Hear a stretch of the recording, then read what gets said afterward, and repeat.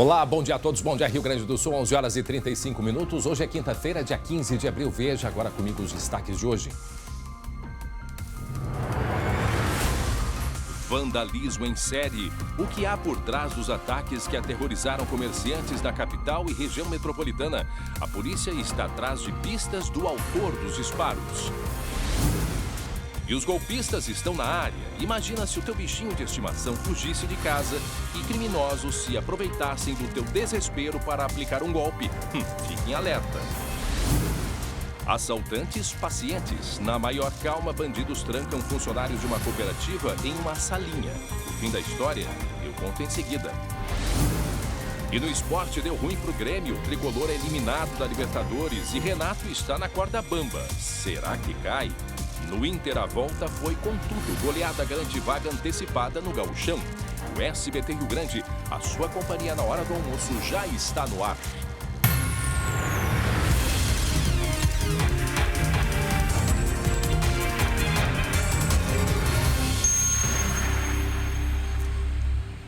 E atenção, porque a penitenciária de Charqueadas está interditada pela Justiça. O motivo, surto de Covid. São pelo menos 15 presos confirmados com a doença e mais de 60 suspeitos. Daqui a pouco, logo depois do intervalo, a gente traz todos os detalhes e informações deste caso e de outros tantos nesta quinta-feira. Um rápido intervalo e a gente já volta. Já estamos de volta com o SBT Rio Grande, agora faltando 19 minutos para o meio-dia. Tem um recado da FAB, é um recado da EVT Assessoria. Preste atenção. Estamos passando por um momento muito complicado, vivendo cheio de incertezas e preocupações. E para piorar, você comprou um carro e está pagando por 2, às vezes até por 3. O banco não para de te ligar e a busca e a apreensão está batendo a sua porta. Faça como o nosso cliente Alexandro. Gente, o senhor Alexandro chegou lá no nosso escritório desesperado, com a dívida do seu carro acima de R$30 mil. Imagina só, busca e apreensão e restrições. E em apenas alguns meses nós conseguimos um acordo de quitação por R$3 mil. É isso mesmo, gente, R$3 mil. A EVT é uma assessoria que te ajuda a reduzir suas dívidas de financiamento de veículos, cartões de crédito e empréstimos. Então liga agora para a EVT Assessoria que nós vamos te ajudar. Olha aqui na tela, ligue agora 3391-3852 ou manda uma mensagem de WhatsApp para 99770-2864. Eu vou repetir, anota aí, 3391-3852 ou WhatsApp para 99770-2864 e fale com a EVT Assessoria, que a gente te ajuda a passar por esse momento difícil e acabar com as suas dívidas. Muito bem, obrigado, Fábio. E atenção, você vai ver daqui a pouco, reféns do crime, funcionários são surpreendidos com criminosos armados. Na maior calma, eles invadiram uma cooperativa e colocaram todo mundo dentro de uma sala. O resultado a gente vai contar daqui a pouco o que aconteceu. Isso foi no norte do estado, já já os detalhes e as informações. Atenção, 55 estabelecimentos comerciais foram vandalizados na noite entre a noite de terça e quarta-feira aqui em Porto Alegre. Tá? Porto Alegre e região metropolitana. Foram 55. Ontem nós mostramos algumas das imagens, os números ainda estavam surgindo, aparecendo. Imaginem só, 55 locais. Vamos conversar agora com o colega Lucas Abate para tentar entender como é que está a investigação da polícia, se já tem ideia qual é a motivação, por que isto e quem é que está por trás disso. Lucas Abate, bom dia. Oi, André, bom dia para ti e para todos que nos acompanham. A investigação ainda segue um mistério. A polícia percebeu que são ataques sem padrão e sem uma motivação clara. Atacaram bancos, revendas, lojas em geral, ou seja, pelos ataques não é possível indicar ainda uma motivação. Mas agora, André, a gente sabendo que foi uma situação em sequência, em série, outros ataques que aconteceram até mesmo antes começam a vir à tona. E é o caso de uma loja na Avenida Bento Gonçalves, daqui a pouco a gente vai falar mais detalhes sobre ela, André, que foi atacada, olha só, pela primeira vez na sexta-feira passada. Mas, como não se sabia, imaginou que era uma mera casualidade, algum problema estrutural no prédio, nem imaginou que teria vandalismo por trás. E depois foi atacada outras 2 vezes. Mas, André, a gente preparou uma arte que está na tela mostrando mais ou menos a rota que foi percorrida por esses vândalos na noite de terça-feira até a madrugada de quarta. Até a gente pode acompanhar, mostrar, começando lá no bairro São João, na Avenida Cis Brasil, André. E a gente tem algumas imagens aí que mostram alguns dos pontos desses 55 pontos que foram atacados. Muito bem, a gente vai mostrar agora já em seguidinha. Nesse momento, 11 horas e 44 minutos, o SBT Rio Grande está mostrando o trajeto da criminalidade que aterrorizou durante a madrugada de terça para quarta-feira diversos estabelecimentos comerciais em Porto Alegre e região metropolitana. E eu já chamo aqui o colega Glauco Paza também para participar com a gente, porque nós temos, portanto, aí esse roteiro. Nesse mapa 1, a gente consegue observar que foram os primeiros casos que aconteceram, que foi no ponto da Avenida Cis Brasil, no bairro São João. Depois passaram a atacar o comércio na terceira perimetral. E nesta imagem, uma academia na esquina, né, com a Cristóvão Colombo. A gente vê aqui que nesse ponto aqui, esse é o primeiro mapa, correto? Neste ponto, o primeiro ataque foi a uma academia que fica na esquina com a Avenida Cristóvão Colombo. Glauco. Aquela primeira foto ali é de um estabelecimento que está para alugar, isso? Ele estaria fechado. Exatamente. Quer dizer, não tem nem por que se explicar se era um estabelecimento de tipo A, tipo B. Não tem muita lógica, né? Se era o foco, né? Ou se era, o negócio era sair atirando. Objetivo. Exatamente. Aliás, falar em sair atirando, Lucas, já se tem ideia que tipo de armamento foi utilizado? Porque se falava até naquelas arminhas de pressão, né? Provavelmente foi isso, André. Provavelmente arminha, aquelas de chumbinho que usam ar comprimido para disparar, porque esses chumbinhos, que são umas pequenas esferas, muito pequenas mesmo, até para quem teve atingido é muito difícil de achar, mas algumas pessoas acharam. Então, ao que tudo indica, foi usada essa arminha de pressão. Ô, André? Oi. Só deixa eu tirar uma dúvida com o Lucas. Lucas, nesse trajeto todo, nenhum veículo foi atingido? Só estabelecimento, loja, enfim? Não, André, Glauco. Ao todo, casas foram atingidas, todo variado tipo de comércio, bancos, locais que estavam desabitados, ou seja, não teve nenhum padrão. André, a gente pode seguir no mapa, vamos seguir, descendo ainda só a terceira perimetral. Tá, então só ali. Começou no bairro São João, foi em direção ao Higienópolis, aí temos no mapa 2, quando atingiram um restaurante perto da Nilo Peçanha, que teve 9 vidraças quebradas. Já pensou? Aí, ó, na cerca, né? Usado como cerca, aqueles vidros usados como cerca, como proteção. Lucas.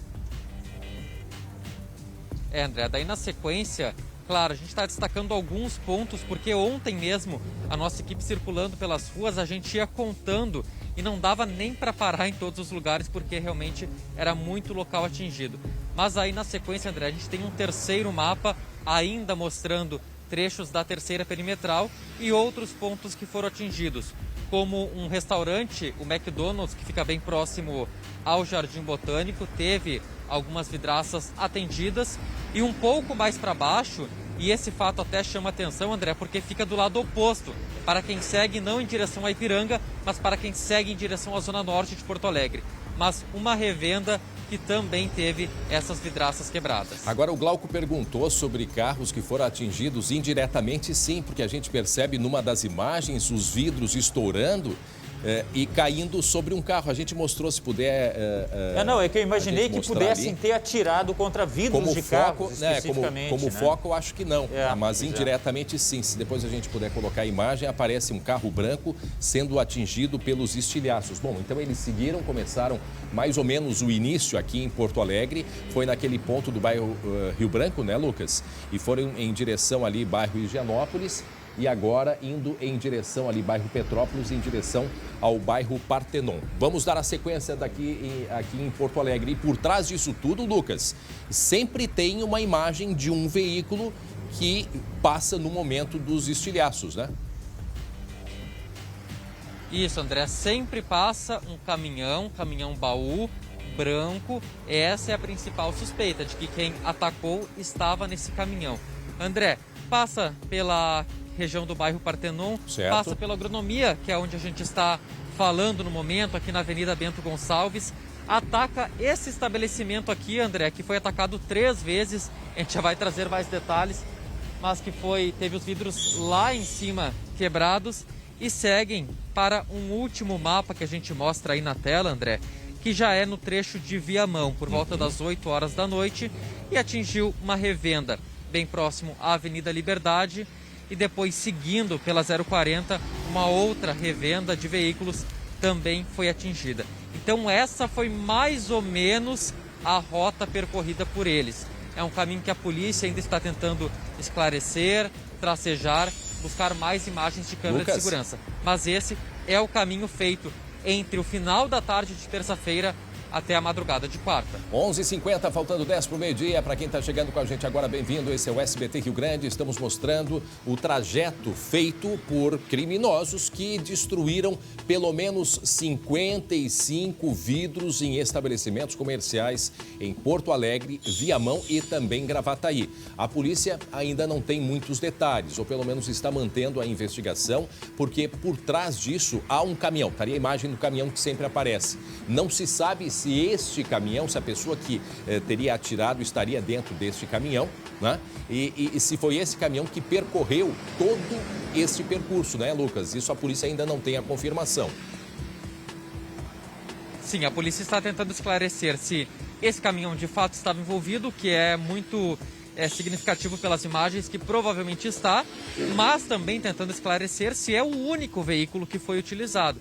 Tem esse ponto na investigação ainda, André. A gente tem um último mapa, André, que mostra só rapidamente a rota percorrida por eles, tá? Certo. Saindo do bairro São João, descendo terceira perimetral, passando aqui pela Bento Gonçalves e depois terminando em Viamão. André, eu falei de um estabelecimento da Bento Gonçalves porque é muito significativo.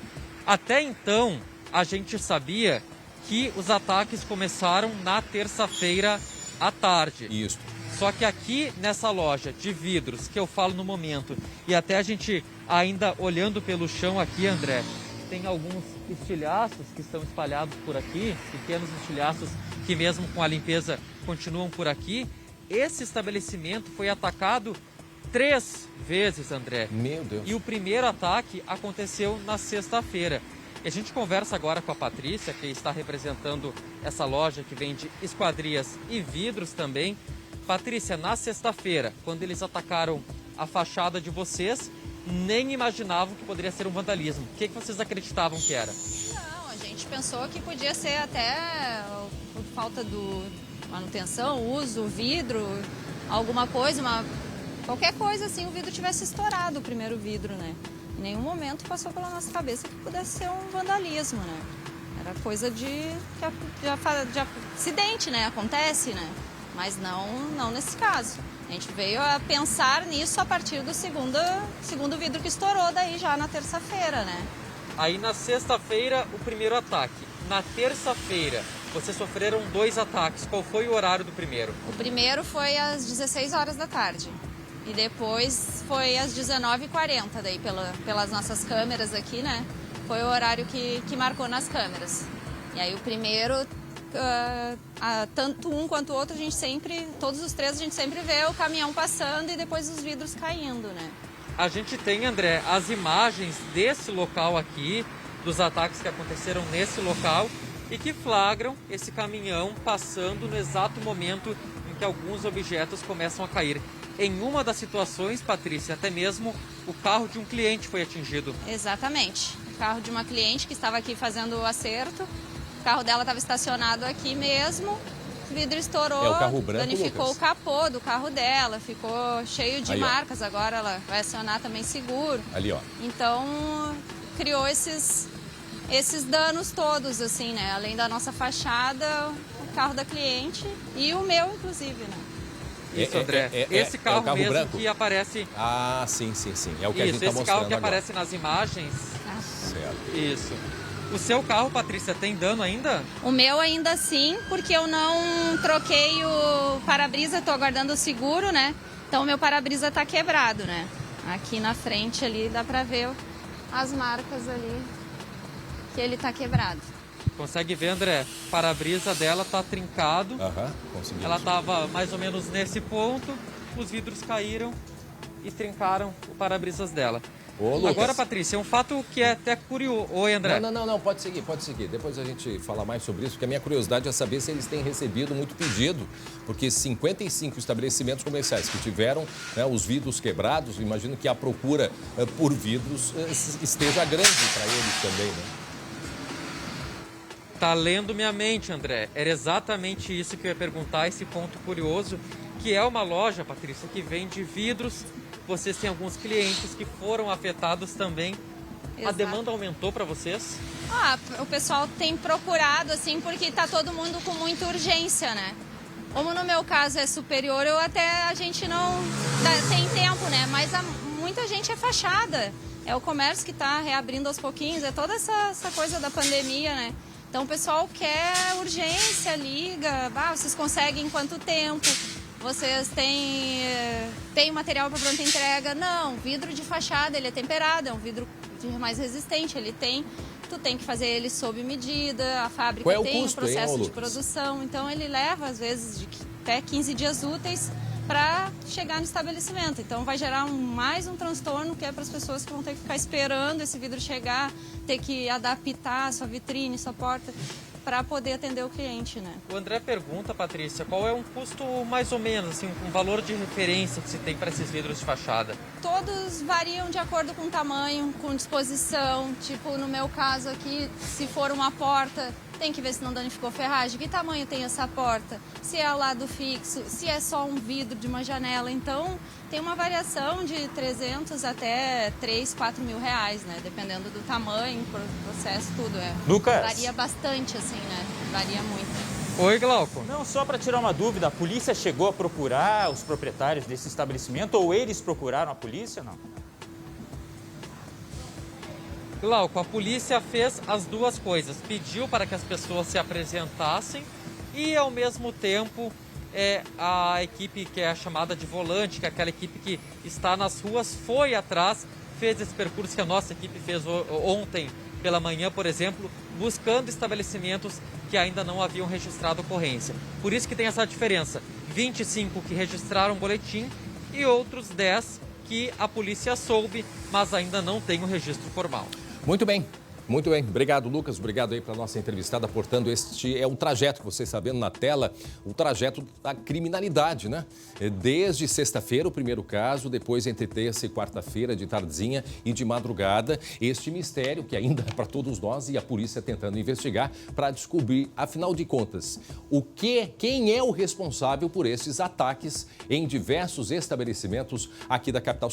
Capital e região metropolitana. Volta só um pouquinho, gente, para essa imagem muito rápido. Me chama a atenção dentro do caminhão, na cabine, parece que a gente vê um reflexo branco, né? Não dá essa sensação para vocês? Não sei, não estou aqui, porque esse é o caminhão que está na mira da polícia. Perceba agora, larga mais um pouquinho, vai aparecer um reflexo, viu? Um reflexo branco bem no momento em que o vidro estoura. Bem no momento. Volta ali um pouquinho, vamos ver, é questão de frames mesmo. Ali, ó. Volta mais um pouquinho, se for possível, que é ali, ó. Dá uma claridade e dá a sensação que ilumina o motorista, né? Que ilumina o motorista, uma claridade dentro da cabine.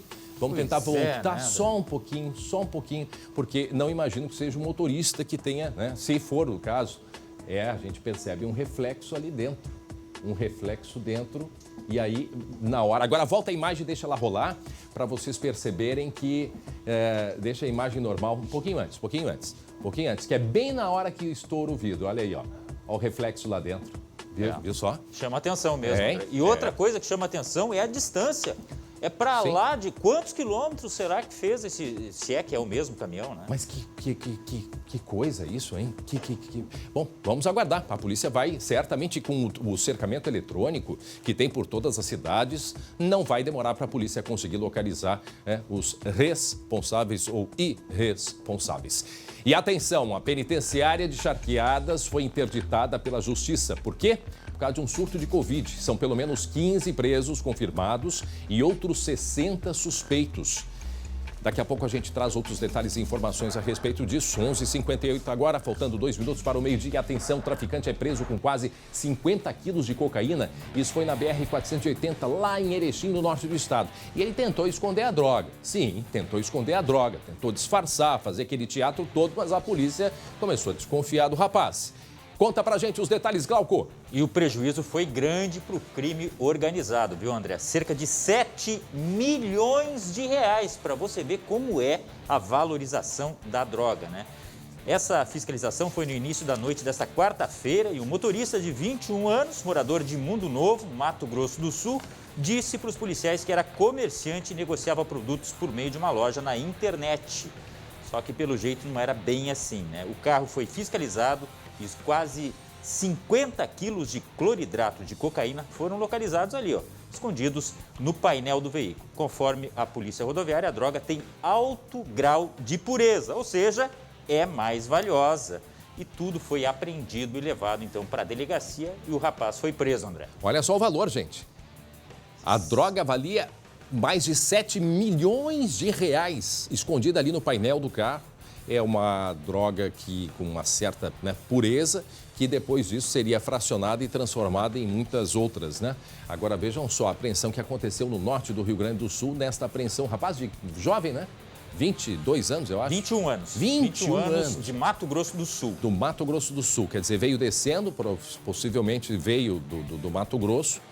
E aí, quando chega ali na divisa com Santa Catarina, no lado aqui do Rio Grande do Sul, a Polícia Rodoviária Federal fez esta apreensão e, olhando aparentemente o carro, não se percebia nada, a não ser o nervosismo que deve ter ficado o motorista, rapaz de 21 anos. E outra coisa, certamente, informações também que a polícia tinha, né, em relação a inteligência, né? Isso é muito importante, é fundamental. Muito bem, agora meio-dia em ponto, um mistério. Atenção para este mistério. Teve uma execução em uma estrada. Um homem foi morto com 5 tiros em Gravataí.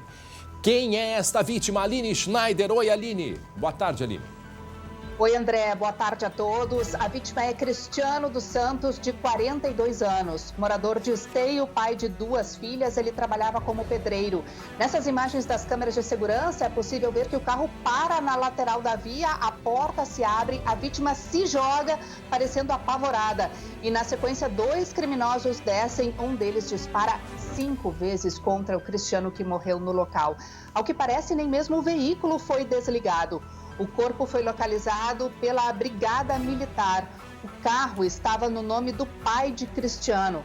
Segundo a polícia, a vítima não possuía desafetos, nem mesmo tinha envolvimento com o tráfico de drogas. Esse crime aconteceu no interior de Gravataí, no limite com Sapucaia do Sul. E essas imagens estão sendo divulgadas pela polícia para que as pessoas possam auxiliar com qualquer informação, pois não há suspeitas de quem teria cometido esse crime. Não se sabe ainda também, André, o que teria provocado e motivado esta execução. Vamos ouvir o que diz o delegado.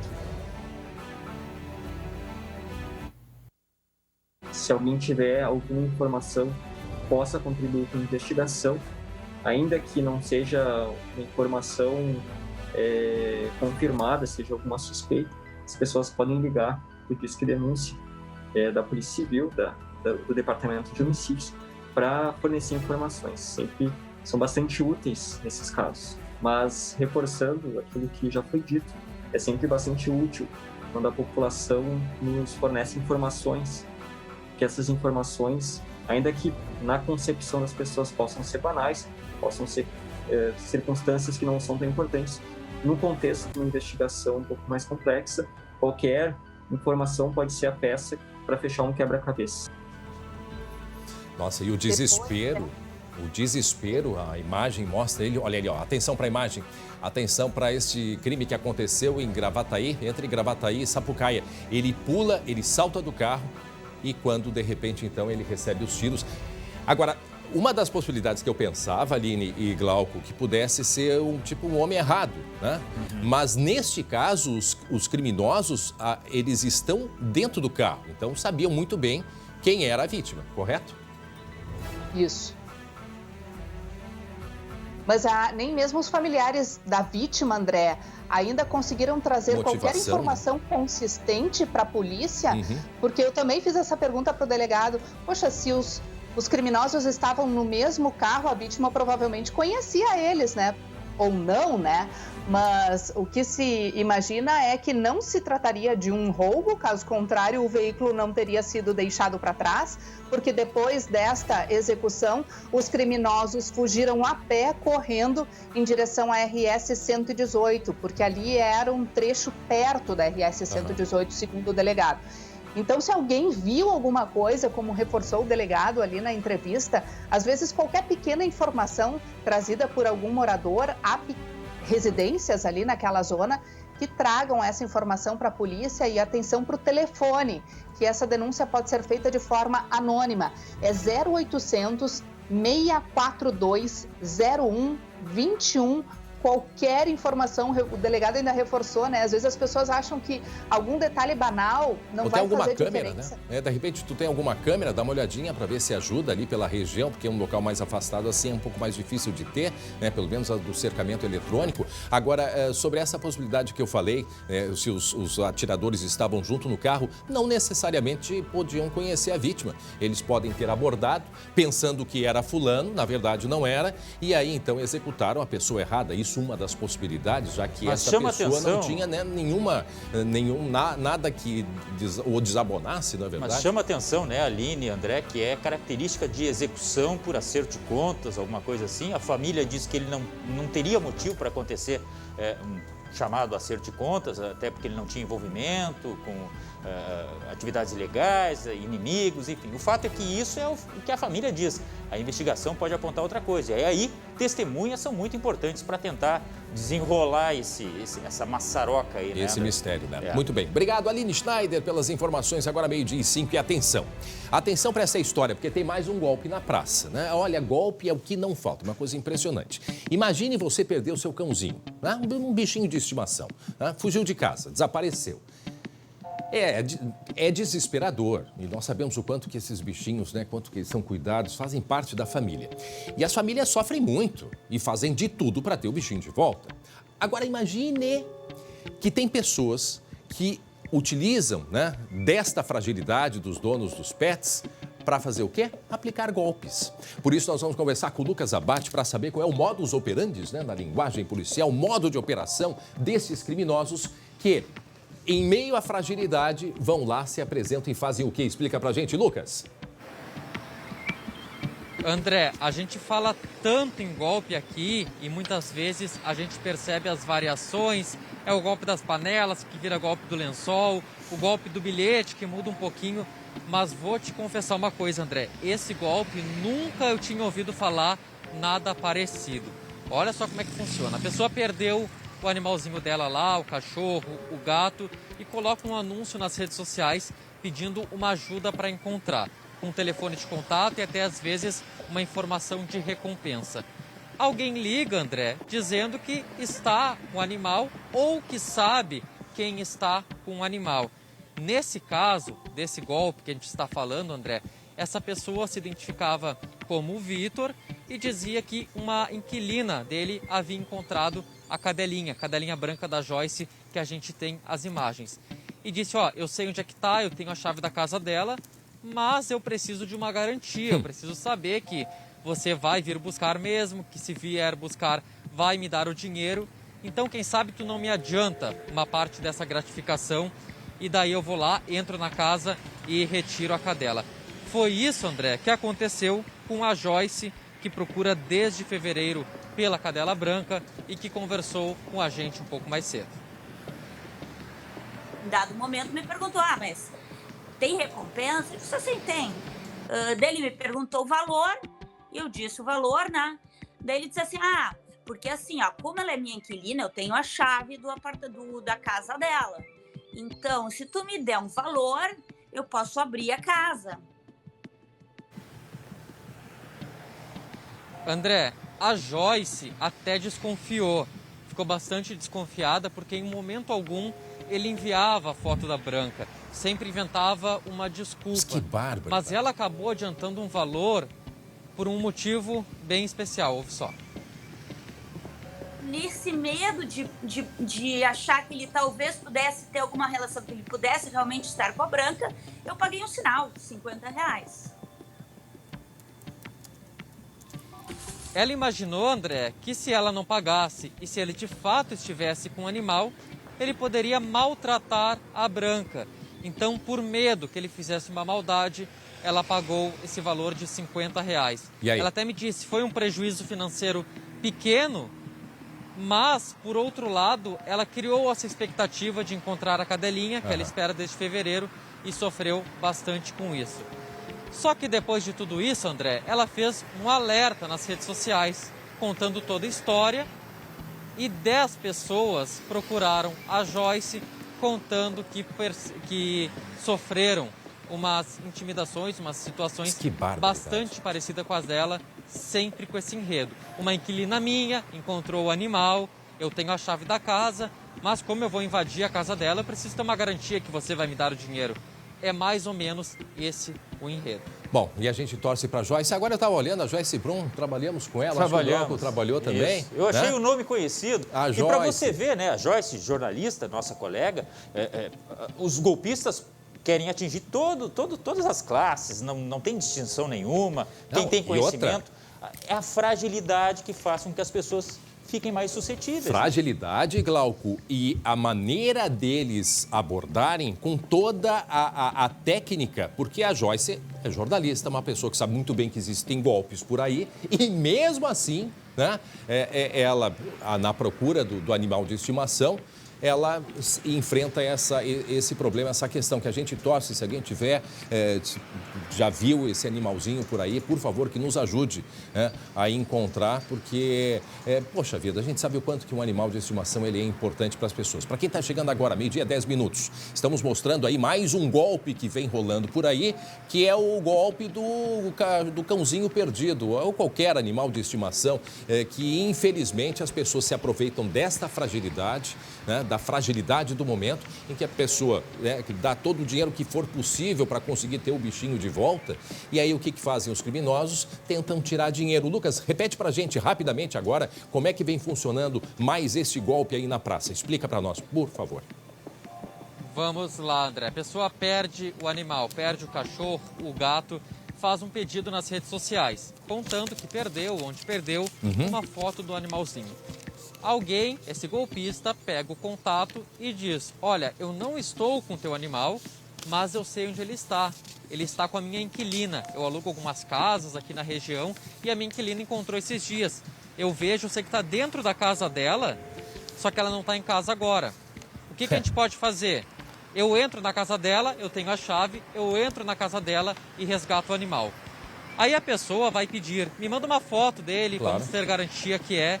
Ele vai dizer, não, eu não vou invadir a casa dela só para tirar uma foto e correr o risco de não ser, de você não querer me pagar depois. Então tu me adianta um valor, me dá um sinal como uma forma de garantia, de confiança, que daí sim eu pego a chave, invado a casa da minha inquilina e tiro uma foto do animal. Só que o animal nunca existiu, a inquilina nunca existiu, uma história inventada por esses golpistas e já fez pelo menos 10 vítimas aqui na região de Porto Alegre. Bom, tá aí. E tá aí a imagem, né, do animalzinho. Quem tiver alguma informação, e logicamente agora também já a Joyce vacinada vai ter mais cuidado ainda, porque infelizmente, como dissemos, os criminosos se aproveitam desse momento de fragilidade e ainda tentam tirar dinheiro das pessoas. Um absurdo total. Bom, seguimos adiante. Obrigado, Lucas Abate. E aí a gente torcendo, Joyce Brum, para que encontre, né, um cãozinho de estimação tão querido. Gente, olha só, 12:12, atenção. Falar em animal de estimação, eu quero saber se o galo cantou aí na tua casa hoje cedo. Porque na casa da dona Anete, dona Anete, a cantoria ainda está rolando solta. Não é mesmo, Jeremias Werneck? Dá para explicar para a gente o que é que está acontecendo por aí, hein? Eu vou te mostrar o que está acontecendo aqui, André. Olha aqui, o Galo Fu tá aqui, rapaz. Ele, a Anete e o Carlos. O Galo Fu é um animal de estimação da Anete. Olha aqui, ele tá com a gravata. Pato, baixa um pouquinho ali para tentar mostrar a gravata borboleta. No peito. Peito estufado. Tem que explicar isso aí. Galo Fu tá Tem aqui, que explicar isso aí. Pato, baixa um pouquinho aqui. Como assim? Galo, pato? Só um pouquinho. Tá me confundindo aqui. É que é um link animal, né? É um link animal. Então, para fazer o Galo Fu, a gente trouxe o cinegrafista Pato, tá? Mas olha só, o Galo Fu, André, Glauco, todo mundo que tá com a gente, ele canta assim, rapaz, ele faz tudo. Ele teve até festa de aniversário. Olha. Daqui a pouco eu vou contar para vocês essa história. Vocês viram a gravata borboleta aqui, ó? Gravata escura, tá aqui, a gravata Elegante, borboleta. tá mais elegante que o André Rara. Olha só, hein? Que tal? coisa, rapaz. Esse é galo. Esse... Esse é galo. Só não sei se é galo velho. Olha só, mas que é bonito, né? Elegância é um dos animais, eu acho, né, que fazem parte, né, da tradição do gaúcho, né? Mas de gravata eu nunca tinha visto. Uma gravata, estilo Anonymous Gourmet, hein? Voltaremos. Ele volta daqui a pouco com a gente, o Galo Fu, que tá todo desconfiado, né? Você vê que ele tá todo desconfiado. Gente, olha só, antes de nós seguirmos com as informações, deixa eu só chamar a atenção para uma notícia, inclusive está lá no SBT News, o prefeito do Rio de Janeiro, Eduardo Paes, está com Covid pela segunda vez. Tá aí a manchete do SBT News, Eduardo Paes testa positivo para a Covid pela segunda vez. O prefeito do Rio está em isolamento. Em maio de 2020, ele testou positivo e ficou assintomático. Nesse momento, ele está assintomático também, não tem sintomas, mas o que chama a atenção, há um tempo atrás, a gente se assustava, né, com a reinfecção. Pois agora, diz ali o prefeito do Rio, Eduardo Paes, testou positivo para a Covid na manhã desta quinta. Segundo a assessoria, o prefeito acordou com sintomas leves de gripe e dor de garganta, foi submetido ao teste rápido. Paes ficará em isolamento. É a segunda vez que testou positivo. Como dissemos, em maio de 2020, o prefeito tinha testado positivo e permaneceu assintomático durante todo o período de quarentena. Agora, 12h15 e atenção, a penitenciária modulada estadual de Charqueadas foi interditada pela Justiça. Por quê? Lucas Abate tem os detalhes para a gente, inclusive, pelo menos até o dia 25 de abril, já que falamos aí do prefeito do Rio de Janeiro que está com Covid, tem relação com isso, não é, Lucas? Por conta de um surto de coronavírus dentro da cadeia, André. Penitenciária modulada de Charqueadas, que tem mais de 1.300 presos em 960 vagas. E agora, André, conforme o último boletim divulgado pela Superintendência dos Serviços Penitenciários, 61 presos estão com a suspeita da doença e outros 15 já estão confirmados, com a doença confirmada. Segundo a Secretaria, todos com uma situação regular, ninguém em estado grave. Mas é uma situação, André, que preocupa e bastante, porque todos esses casos estão ligados em um dos módulos da penitenciária. E a gente já sabe, a gente já contou aqui várias vezes, é muito difícil dentro de um presídio manter o distanciamento. Às vezes são 7, 8, 10, 12 pessoas em cada cela, ou seja, quando um está infectado, tem que isolar todo o resto. A gente conversou com a Justiça, com o juiz Paulo Augusto Irion, que é o responsável por fiscalizar a região de Charqueadas, a penitenciária modulada, e ele explicou o motivo que levou a essa interdição. Com os outros casos, num outro módulo, foi que nos levou a fazer uma decisão mais abrangente, né? Proibindo as movimentações, a não ser aquelas de distribuição em toda penitenciária, a não ser aquelas que digam respeito exatamente a casos de saúde, de alimentação e também o acesso à cantina. O resto está tudo proibido por decisão judicial. O que significa, André, essa interdição parcial da casa prisional? No funcionamento normal do presídio, os presos são movimentados. Tem alguma audiência, são levados para audiência, são levados para uma sala, recebem contato de advogados, tem a visita, que no caso não está acontecendo já por conta da pandemia, mas enfim, esse é um procedimento comum nos presídios. A hora do pátio, que eles vão para o pátio tomar sol, se misturam com presos de outras galerias, de outros módulos. Essa interdição parcial suspende tudo isso, ou seja, os presos precisam ficar nas celas, não podem ter aquele contato com os outros nos pátios, toda a movimentação fica restrita, as audiências judiciais que poderiam ocorrer por videoconferência também estão canceladas e os advogados que ainda poderiam fazer o contato com os presos não podem acessar a penitenciária pelo menos até o dia 25, que é o período que foi determinado nessa interdição parcial, André. Bom, para quem está chegando agora, meio-dia e 18, rapidamente, aonde que está acontecendo a interdição no presídio nesse momento, Lucas? Penitenciária modulada de Charqueadas atende 1.300 presos e, como todo o sistema prisional gaúcho, está superlotado, André. Daqui a pouco a gente volta com outras informações. Agora, meio-dia e 19 minutos, gente, atenção para esta história que eu vou contar para vocês. Aquelas mais absurdas que a gente pode imaginar. Um homem de 59 anos foi preso por estuprar a própria neta de 12 anos. E ele ainda tentou interferir no trabalho da polícia. Tá? É uma história, assim, revoltante. No mínimo revoltante. E por isso nós vamos conversar agora com o delegado Pablo da Rocha, que está fazendo essa investigação. Delegado, o senhor me escuta bem, delegado? Boa tarde, obrigado por nos atender. Boa tarde, André. Boa tarde, Glauco. Boa tarde aos amigos. Sim, escuto bem. Perfeita ligação. Delegado, aonde que isso aconteceu? Vem acontecendo desde quando? Qual é a situação atual dessa investigação aí, desse caso tenebroso, delegado? Tenebroso. A investigação está concluída, a investigação do crime de estupro vulnerável. Segundo as investigações, os atos se iniciaram quando a vítima tinha 12 anos de idade e persistiram até os 14 anos de idade dela. Então, um período bastante largo de sofrimento para essa criança. Então, ela tem agora 14 anos, é isso? Ela está com 14 anos hoje. Então, há pelo menos 2 anos ela sofria nas mãos do avô, ela morava com os avós, é isso, delegado? Perfeito. Por situações familiares, ela morava com os avós e depois, por um período, ela retornou a morar com o pai, até por uma situação protetiva, para tentar se proteger.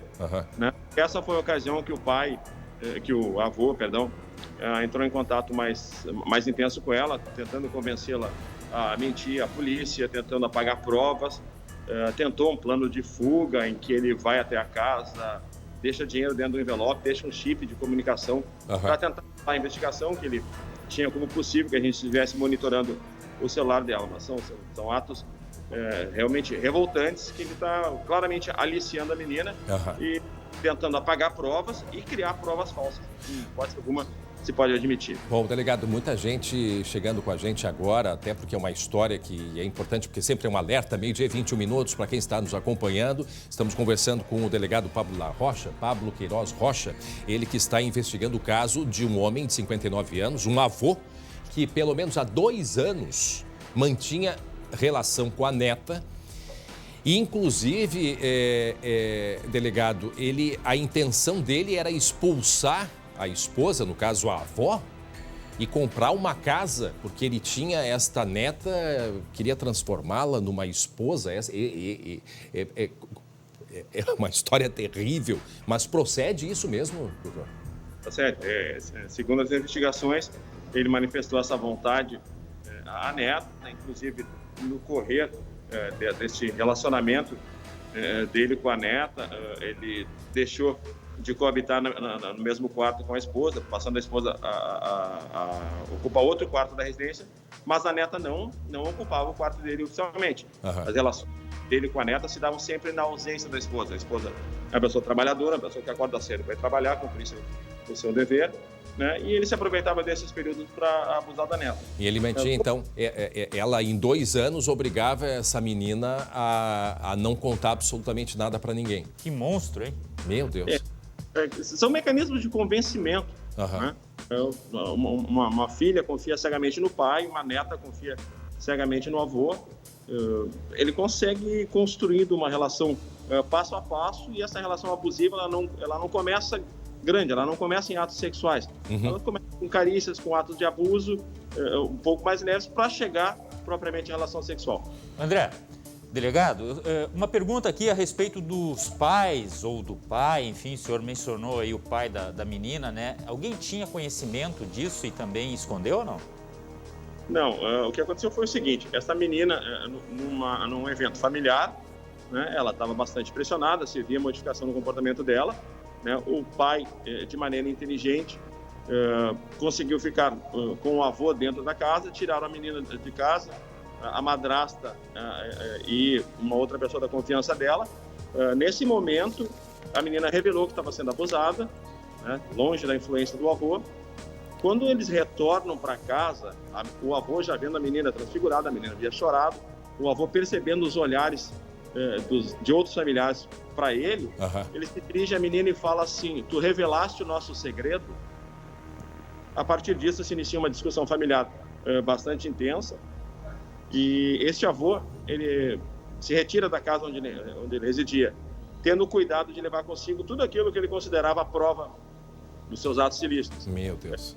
Preservativos com ele, levou questões de lubrificantes íntimos, lenços umedecidos que ele usava quando das relações sexuais com a menina, coisas bastante lamentáveis, até nojentas, né, mas que servem como prova nesse contexto desse abuso sexual lamentável. Bom, delegado, em que pé está essa situação? Porque a gente assimila, a gente ouve, assimila, a gente não tem palavra, Assim, ó, tranca a garganta. Até nem assimila, né? Tranca a garganta. Imaginando essa menina, 2 anos, viver o que deve ter vivido. E vejam o que chama a atenção o delegado, isso num ambiente familiar em que esse homem conseguiu disfarçar toda a situação, pressionando a menina, né? E como disse também o delegado, a questão da confiança no ambiente familiar, onde em tese não se desconfia porque é uma pessoa que ela quer proteger. Então vejam só o que nos traz o delegado. Eu queria atualizar agora qual é a situação. Eu não sei se o senhor pode dizer qual é o local que isso está acontecendo, mas esse homem está onde? Qual é a situação dessa menina, delegado? Bom, a situação, preciso contar um pouco o histórico, tá? A partir dessa discussão familiar, ele se retira de onde ele residia, ele não informa para onde vai. Isso quando, para a gente ter noção do tempo, delegado? Isto de dezembro, final de dezembro, né? Quase começo para cá. Ok. Tá? Ele, no primeiro momento, ele se escondeu em Guaíba, não foi localizado. Depois conseguimos informação de que ele estaria na cidade de Eldorado do Sul. Conseguimos localizar perfeitamente a residência onde ele estava, né? A criança, no primeiro momento, foi para um lugar protegido em Bom Retiro do Sul, uma outra cidade, né? A esta cidade de Bom Retiro do Sul que ele se dirige para levar o dinheiro, para levar o chip e para colocar em funcionamento esse plano de fuga dele com a menina, né? Esse plano de fuga foi frustrado pelas nossas investigações, e hoje a menina está protegida aqui na cidade de Canoas, protegida por familiares. Os fatos se dão também aqui em Canoas, no bairro Matias Velho. André, delegado, manifestar aqui a nossa indignação, né, por esse fato, é uma coisa triste, muito triste, para dizer por baixo. E agora destacar também o seguinte: 59 anos, não é aquele vovô, aquele senhor, não. É alguém que impôs, até de forma física, um tormento, um sofrimento para uma menina que perdeu a infância. Essa é a verdade, né, delegado? Perdeu a infância e atenção, famílias, os familiares têm que prestar muita atenção no contexto. Às vezes o perigo está dentro de casa, infelizmente. A gente tem falado tanto aqui, né, André? O delegado sabe disso. E eu aproveito, delegado, que o senhor puder, assim, em poucas palavras, dar orientação para as pessoas, assim, nesse ambiente familiar, né? O que as pessoas devem perceber, em que elas devem ficar atentas? Qual é a primeira reação quando há um caso desse tipo de violência? Bom, essa menina ela tem sinais clássicos do abuso sexual, ela tem mudança de comportamento percebida por familiares. O familiar ele percebe a mudança de comportamento e ele não sabe a que atribuir. Acho que é necessário perscrutar isso, é necessário conversar. Eu acho que está faltando um canal de diálogo, às vezes, na família, sabe? Muita gente trancada em seu celular e não conversando entre si. Esta menina, ela teve sinais claríssimos de abuso. Ela foi tirada do seu contexto e somente longe do agressor que ela consegue revelar. Por isso que é importante que a criança, ao conviver com o familiar, que se converse de uma maneira leve sobre o tema, mas que se pergunte como é que ela está, se ela está se sentindo bem, se ela quer falar alguma coisa. A intimidade da família ela deve ser usada para isso, e não para o contrário do que aconteceu. A intimidade foi usada para atos de abuso e não para atos de proteção. Tá, esse homem não está preso. A criança e o adolescente é ouvi-los. É necessário ouvi-los. Ele está sendo procurado, ele já foi preso, delegado? Ele está preso. Está preso. Canoas. Muito bem. Delegado Pablo Queiroz Rocha. Na data de ontem. Como, delegado? Perdão? Não compreendi? Cortou. Ele foi preso na data de ontem. Foi preso ontem. Então, muito obrigado. Que fique preso. Bom trabalho feito pela polícia. Obrigado, delegado Pablo. Mas é uma coisa assim que revolta a gente, mas é importante a gente alertar, Glauco, que essas coisas, tem um número de 70% a 80% dos abusos acontecem sim no ambiente familiar, naquelas pessoas, né, que tem muita gente dentro de casa em momento de pandemia. Hoje mesmo eu ouvi que uma pediatra está solicitando, e tem um grupo de 300 pediatras no Rio Grande do Sul, solicitando que a Justiça libere, sim, que as crianças dos anos iniciais, né, do maternal, se permita a volta às aulas mesmo em bandeira preta. Uma das razões é justamente essa. Ora, quanta criança está nesses meses de pandemia, passamos mais de um ano, está dentro de casa e é na escola em que muitos professores também são treinados para ter esse tipo de percepção. 2 anos, gente, que este monstro, o mínimo que pode se falar, fazia isso com a neta, do lado da esposa, que não desconfiou junto com outros familiares, porque afinal de contas era o avô. Então vejam só a pergunta que a gente faz nesse país: o que fazer com uma pessoa que tem esse tipo de atitude? Se fala em castramento químico, se fala em uma série de coisas, mas a gente tem que evitar que isso aconteça, Glauco. A gente não pode chegar a este ponto. Isso precisa ser evitado. O delegado falou muito bem a questão dos telefones celulares, que as pessoas ficam grudadas. Isso que eu ia te falar. Isso aqui é um problema. Pode ser a solução, mas pode ser o problema também. A comunicação, a conversa, a abertura, o diálogo, a mudança de comportamento. Isso são coisas que nós precisamos cada vez mais nos conscientizar de que a gente precisa ter cuidado. Colocamos uma criança, um ser no mundo, nós precisamos proteger, nós precisamos ouvir, nós precisamos conversar. Isso é o mínimo que a gente pode falar mediante Só para terminar, esse André, caso monstruoso aí, um homem de 59 anos que foi preso ontem, lá em Canoas, por durante 2 anos abusar da neta de 12 anos, que agora está com 14, Glauco. Eu ouvi e gostei muito disso. A gente tem que voltar a ser família e não apenas pessoas que moram juntas. Muito bem, tá aí, tá dado o recado. Muito bem, 12:31 agora. Atenção, uma cooperativa de crédito, põe a imagem. Ela foi assaltada no final da manhã de ontem, em Jacutinga, fica lá no norte do estado. Tá todo mundo ali fazendo negociações, né? É uma cooperativa de crédito. E aí, conta pra gente, Glauco, o que aconteceu. E chama atenção, André, porque é um município pequeno de 3.500 habitantes, que fica a pouco mais de 30 quilômetros de Erechim. De acordo com as informações da polícia, 2 indivíduos entraram na agência, um deles com um revólver 38. Eles trancaram funcionários e clientes numa sala e não foram efetuados disparos, ou seja, eles não deram tiros, nem foram feitos reféns. Mas é claro que só o gesto, o fato de mostrar a arma já intimidaram totalmente quem estava ali, né? Ninguém ficou ferido e da agência foi levado um malote. Possivelmente eles tenham fugido numa motocicleta que foi encontrada entre Jacutinga e Barão do Cotegipe. Policiais estão fazendo buscas naquela região e quem puder também dar informações que possa então ajudar a polícia e, por favor, 3.500 habitantes. Cidade não tem pequena. mais aquela coisa da cidade do interior. Não, e para a criminalidade, a cidade é pequena, poucos policiais, tá aí, ó. Olha só o momento. Atenção para quem está olhando, está acompanhando agora o momento em que os criminosos mandam e colocam todo mundo numa salinha. Não fizeram manter reféns, mas colocaram num cárcere privado, né, Glauco? Colocaram todos numa salinha para poder, então, esses 2 criminosos pegarem, levarem o dinheiro. A quantia a gente não sabe, mas era um dia de movimentação e esse dinheiro foi levado. Ali à direita a gente vê que há uma pessoa que é funcionário, né? Funcionário da cooperativa, está trabalhando, manuseando papéis. Né? Aquele ali não foi... não, isso aí é antes, tá certo? Isso aí é antes. Está aí o momento da chegada deles, o momento da chegada dos criminosos, em que eles então anunciam e aí colocam todo mundo dentro de uma salinha. Está ali a arma, ó. Está ali a arma. Aí aquela pessoa bem à direita está sentada à mesa, possivelmente ela vai levantar também e vai para essa salinha enquanto que eles fazem, né, a limpa dentro dos malotes. Esta é uma cooperativa de crédito. Qual é a cidade que é? Jacutinga. Jacutinga. Fica no norte do estado. No norte do estado. Tá ali, ó, olha só um momento ali, vou mostrar que eles estão ali negociando e a hora que eles mandam todo mundo para dentro de uma salinha para poder então pegar o dinheiro. É agora que vai acontecer? É agora?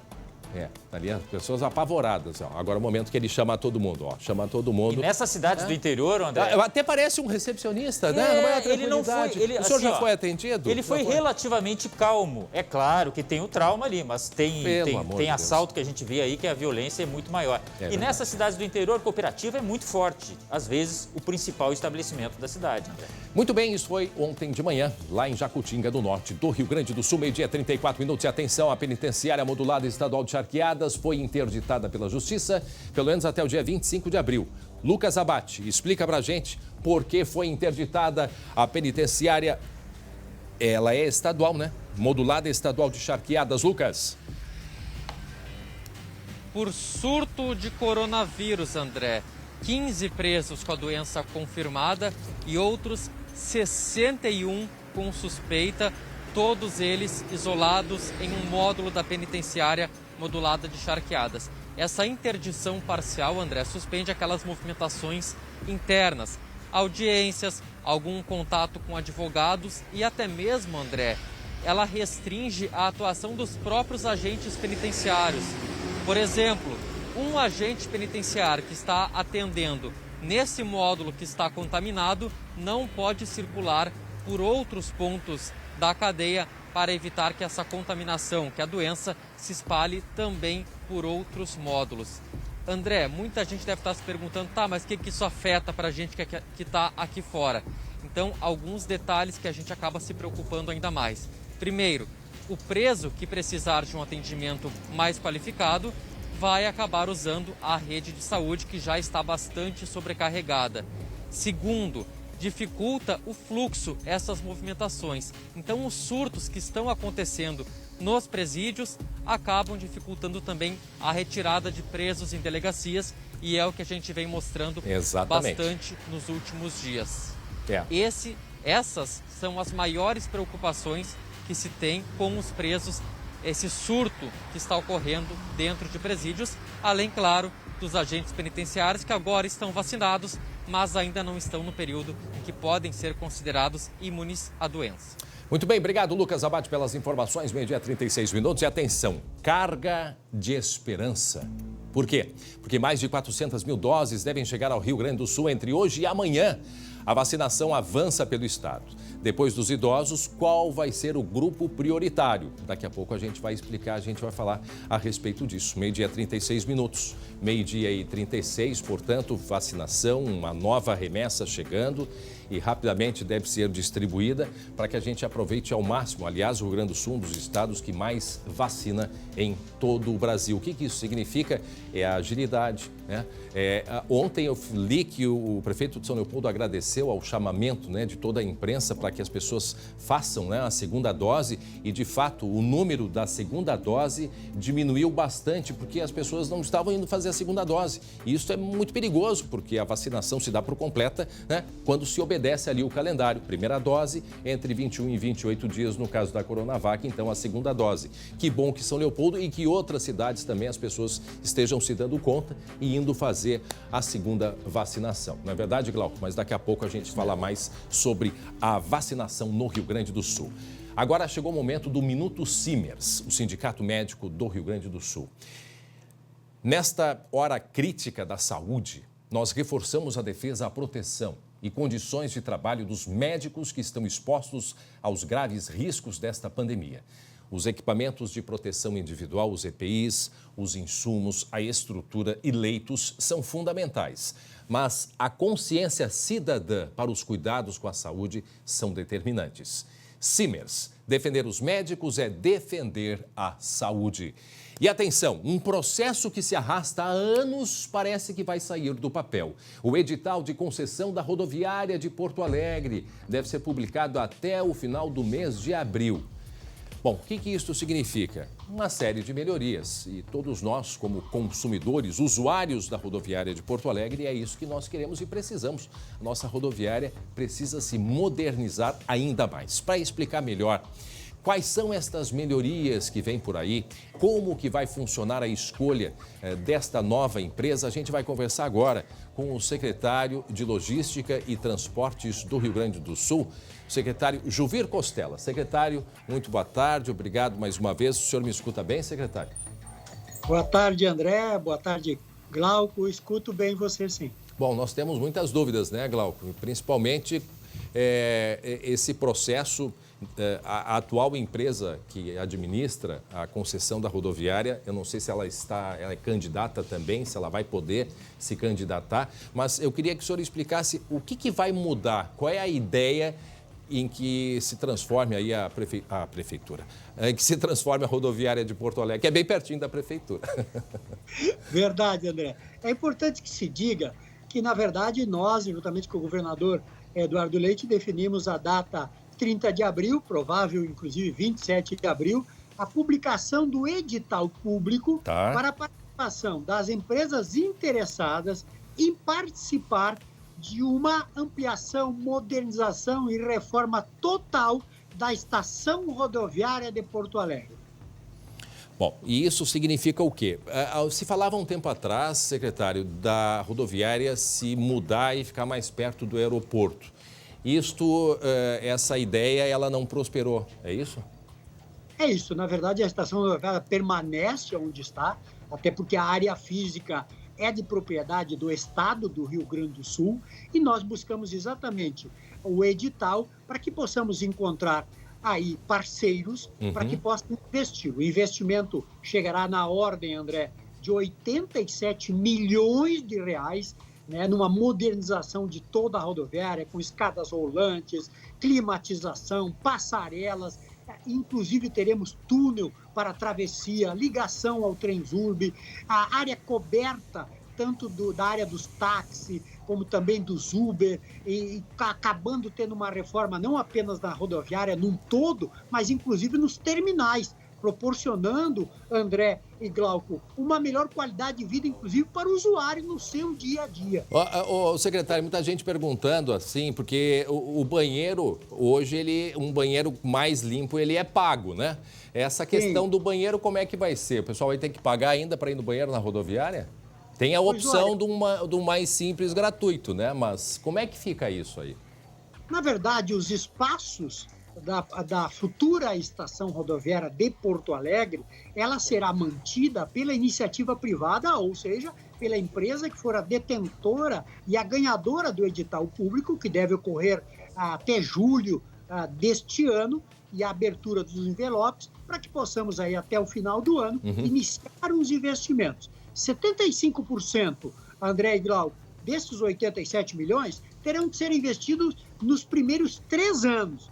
E claro que não apenas a estação, como também as casas de lanche, as bancas, os banheiros, toda a rodoviária sofrerá uma nova estrutura, uma estrutura moderna, para que quem nos acompanha tenha aí como parâmetro, imagine, claro, num patamar bem menor, mas um aeroporto, todo envidraçado, com escadas rolantes, elevadores, climatizado.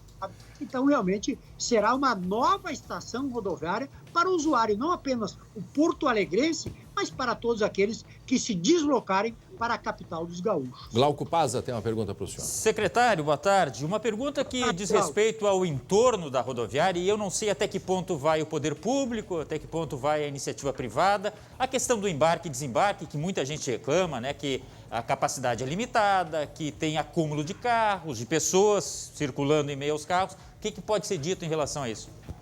Verdade, Glauco. A tua colocação, como sempre, é muito positiva, porque a empresa detentora e vencedora do edital, ela terá de apresentar também soluções viárias para o entorno da estação rodoviária, não apenas para quem se desloca pelo sentido de ônibus, mas para aquele que vai, por exemplo, familiar, vai levar até a estação rodoviária, os táxis, né?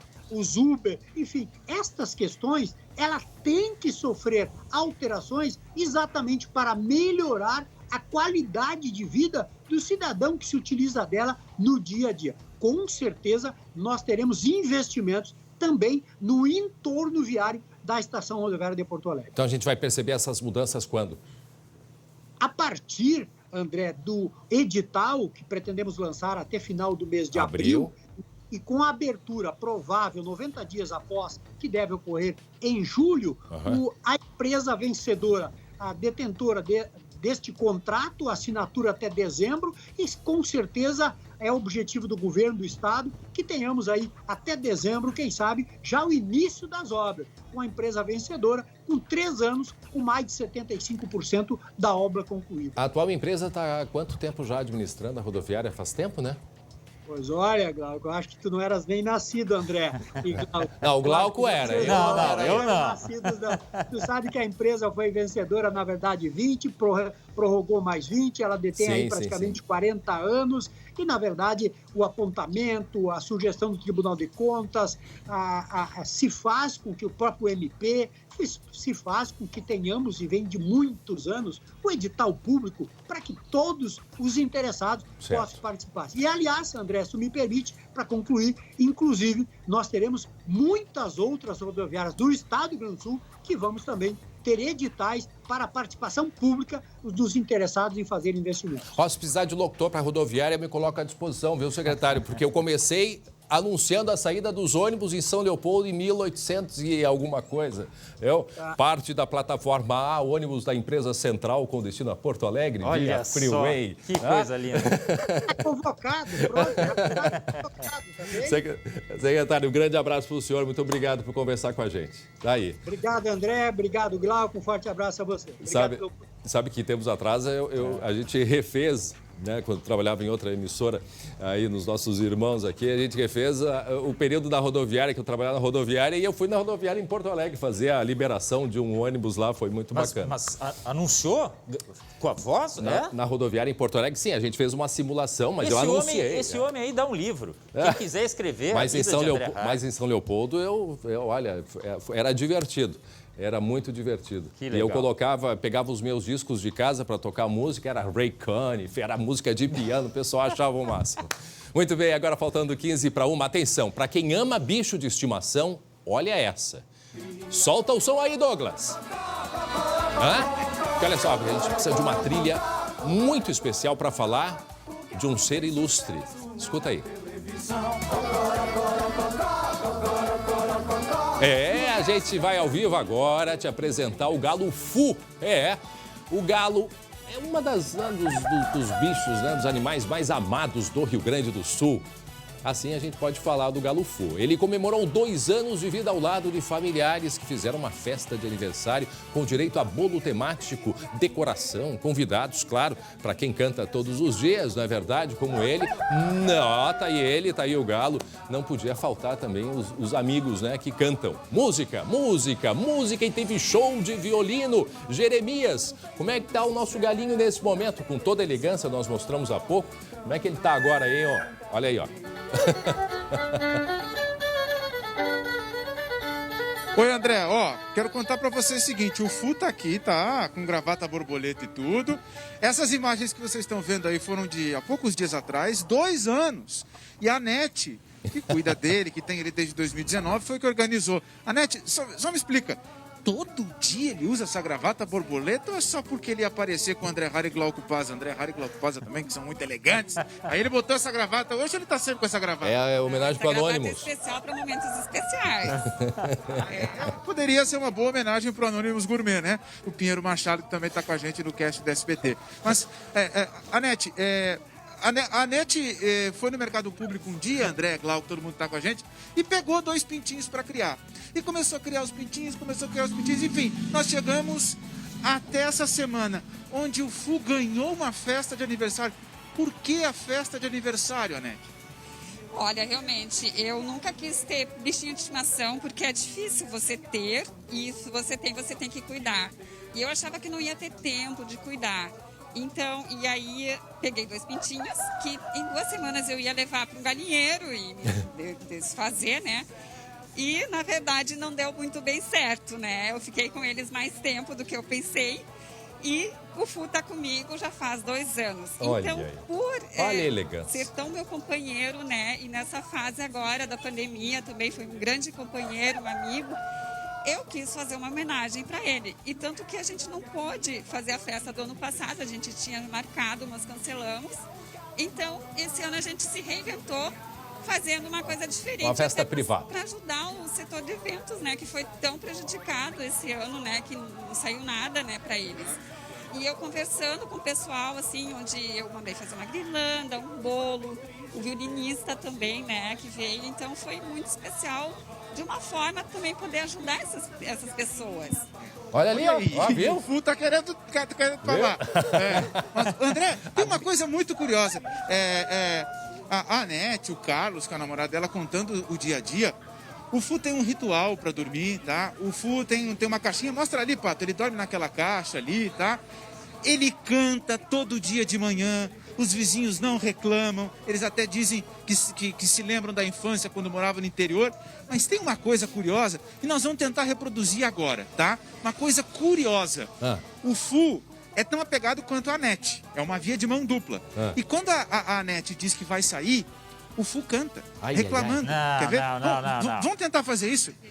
Vamos tentar fazer isso. Então tá, vamos lá. Mentira isso. Ela tá largando. É bom ver, que nem criança. Na hora de mostrar, não faz, né?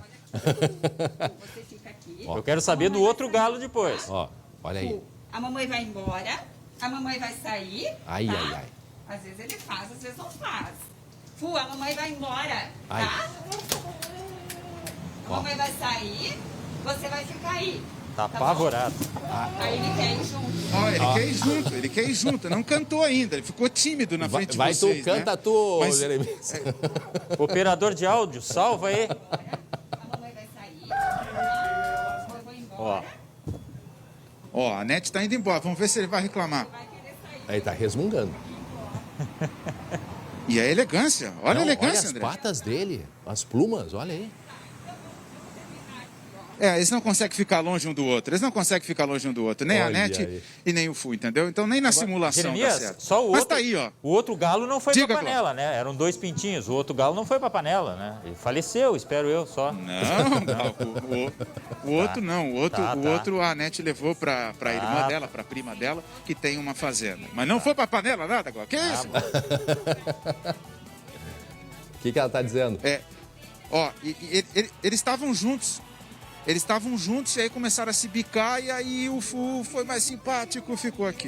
É que nem eu e o Jeremias aqui na redação. Mesma coisa. Sabe, desde pequeno o Fu foi muito sociável com seres humanos. Eu já tentei várias vezes deixar ele também num galinheiro, com as galinhas ele não fica, claro, de repente por serem animais estranhos, né? Mas ele não fica, não se ambienta. E eu tentei fazer isso porque para dar uma oportunidade para ele, né? Para não, deixar ele preso comigo. Olha só. Essa parte é muito legal, viu, André? A Anete, o Carlos, eles estão aqui com o Fu porque o Fu se sente bem com eles. E ela tá falando, ela levou ele para outros lugares e ele não quis. E ele sente saudade e quer ficar com eles. Jeremias, é muito legal essa relação que a gente vê dos animais com as pessoas, né? Essa troca, isso é muito bacana. A gente agradece a Anete, dá um beijo aí no Fu pra gente. Não, dá um beijo não. Dá um beijo no Fu pra gente. Dá uma bigada no Fu. Agradece a Anete. Obrigado, Jeremias. Tchau, Fu. Tchau. Vamos ver se você vai cantar.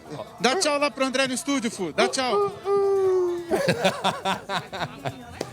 Quer falar alguma coisa, Fu?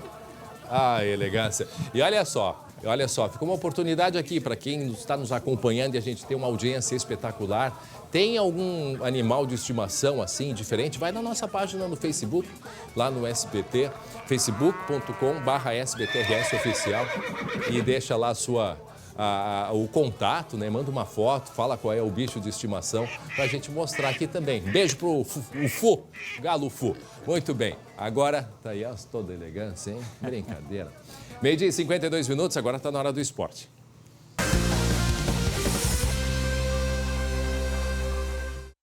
Para Biscoito Zezé, carinho que vem de família. Agora eu passo a bola para o Galo Matheus. Não tenho animais de estimação diferentes. A bola está com vocês, Matheus e Glauco Paz. Agora tentem explicar a história do Grêmio ontem, como é que foi esse negócio aí. Agora, sabe essa taça aqui, ó, Matheus, ó, sai de cena pro Grêmio. A gente vai ter que comprar a taça da Sul-Americana, né?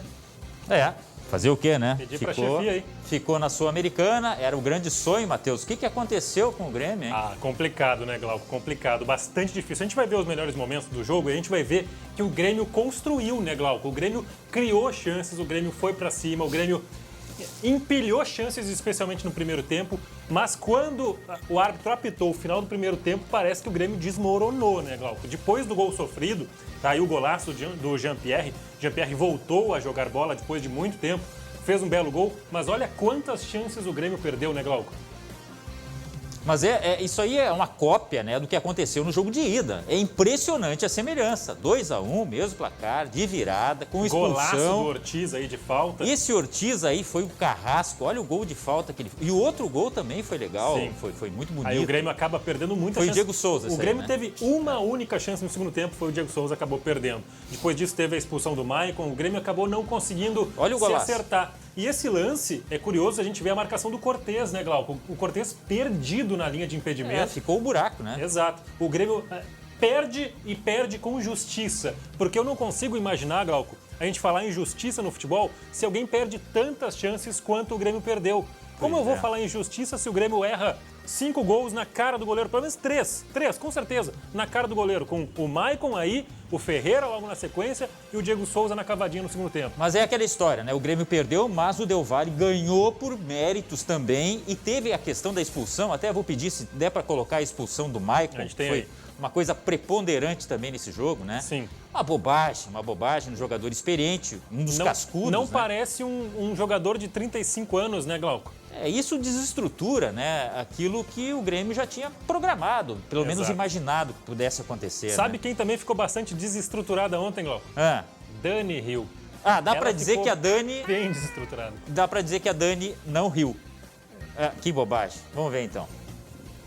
O jogo mais importante do Grêmio neste ano vale simplesmente seguir em frente na Libertadores. Tem jogador com Covid, tem gente voltando de lesão. Só na oração hoje.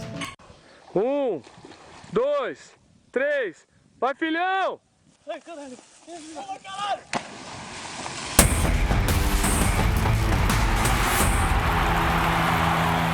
Deus não quis que a gente já tomasse 1-0 e começasse a chorar. Monstro não chora!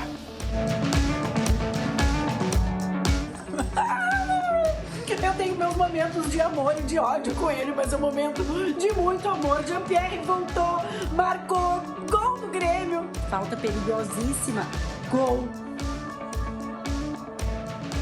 Gol de falta do Del Valle. Meu Deus. Ficamos com tanto pena da Dani que resolvemos não fazer nenhuma zoeira. Michael não sossegou enquanto não levou esse cartão vermelho.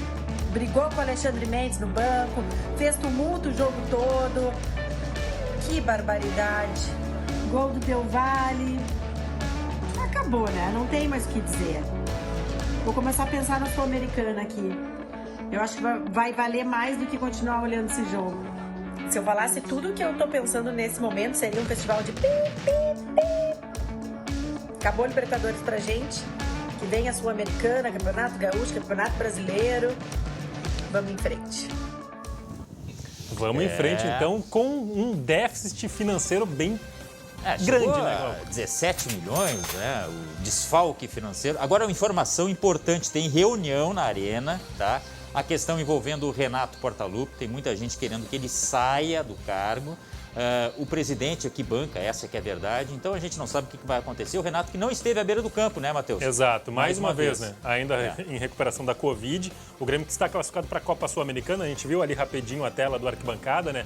O Grêmio que estreia semana que vem. Se o Grêmio resolver mudar a casa toda, se prepare, porque tem jogo sexta no Gauchão, tem jogos domingo no Gauchão e quinta estreia na Sul-Americana contra o La Equidad da Colômbia na Arena. O Grêmio que ainda vai enfrentar o Lanús da Argentina e também o Aragua da Venezuela. Só o primeiro colocado do grupo classifica, hein? E isso é uma coisa que dificulta. O Lanús que foi adversário do Grêmio numa final de Libertadores. Que coisa, né?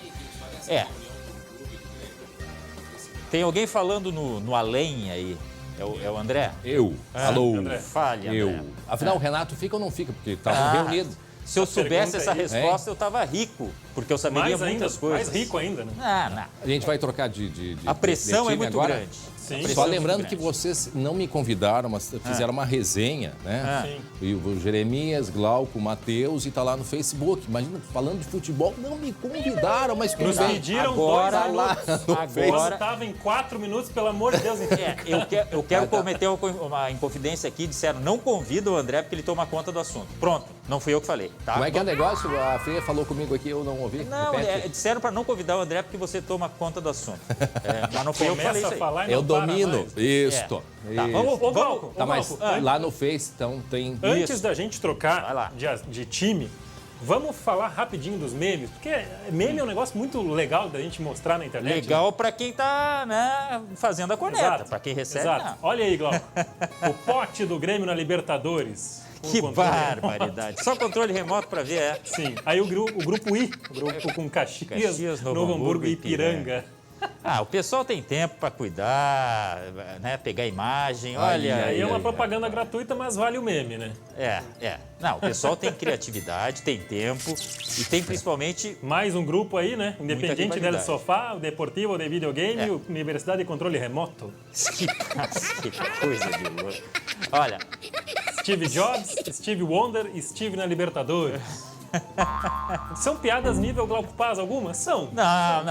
Eu não chegaria a tanto assim. Mas o Grêmio sentiu os desfalques, né? Do Cavani, Borré, Higuaín, Rafael Carioca, Douglas Costa. Não puderam jogar. Tá, e não vai ter do Caicedo? Verdade, né? Tem o Caicedo. Jogador do Del Valle é o Caicedo, né? Que maldade. Mas isso machuca muito o tricolor, né? Exato.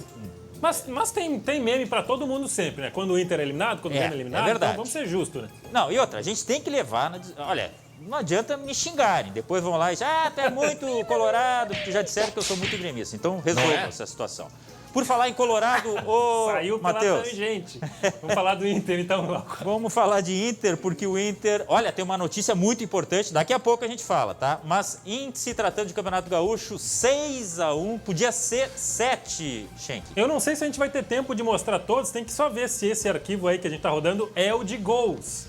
Confira aí, Richard. Eu acho que é o MM. Aí é o Richard gols. É tricolor. Exato, tava querendo um arquivo de 7 minutos no ar. Esses são os gols do jogo. A goleada de 6-1. O Heitor fez o primeiro, depois o Galhardo fez 3. O Guerreiro também fez 1. Teve um gol contra do Charles. O Darlan descontou para o Aimoré nesse gol de cabeça. O Inter, com essa goleada, está classificado para a próxima fase do Gauchão antecipadamente, está na semifinal.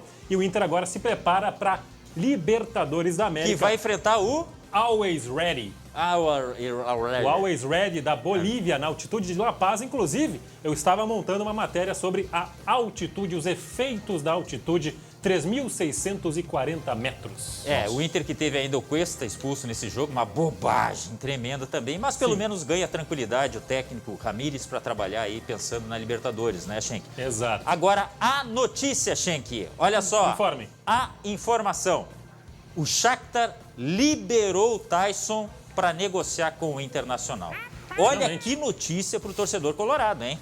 Finalmente. Eu estava lembrando com o pessoal aqui, né? O Inter fala no Tyson desde a era do Cudê. Lembra? No meio do ano passado, o Inter já falava em negociações com o Tyson. Eu acho que falava antes ainda. Essa foi uma das fases. Sim. Então, agora sim o Shakhtar liberou o Tyson, está liberado para negociar, então...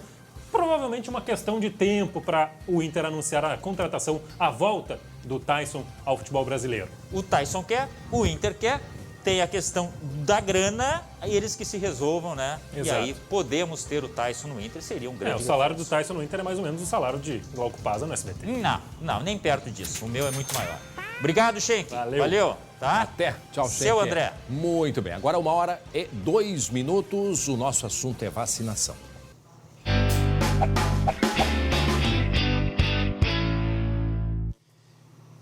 E uma nova remessa de vacinas contra a Covid-19 deve chegar ao Rio Grande do Sul entre hoje e amanhã, sexta-feira. Por isso a gente vai conversar com o Guilherme Fadanelli sobre estas novas doses aí que será que elas serão suficientes para ampliar o grupo de vacinados? Vamos até Caxias. Guilherme Fadanelli, boa tarde. Oi, André, boa tarde. Serão sim, viu? Pelo menos essa é a previsão. Ao todo, 441.550 doses devem ser enviadas ao Rio Grande do Sul. 60% são da AstraZeneca e o restante Coronavac. A estimativa é que com esse lote seja possível fazer a aplicação da segunda dose nos profissionais de saúde e idosos com idade entre 65 e 69 anos. Além disso, o Estado espera aumentar a faixa atendida com a primeira dose, que pode chegar aos 60 anos, dependendo do andamento dos trabalhos em cada município.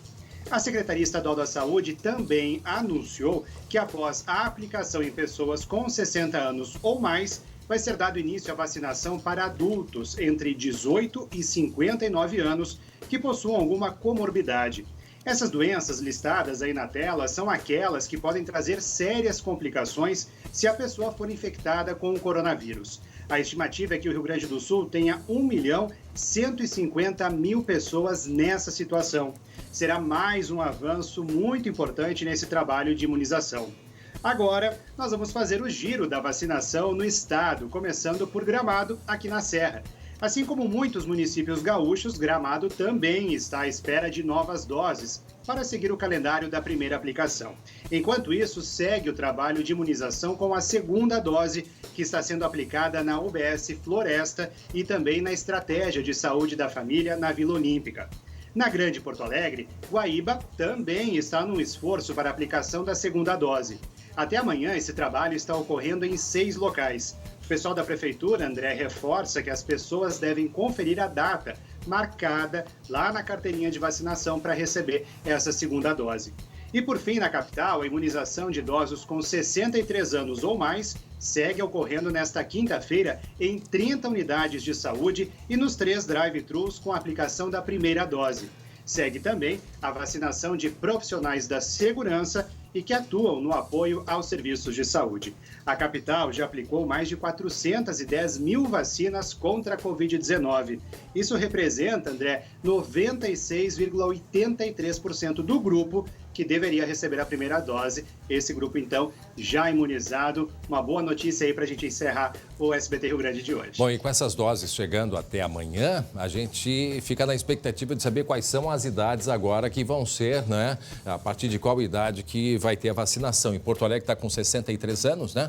Em alguns municípios menos, alguns municípios já a partir já de 60 anos, inclusive.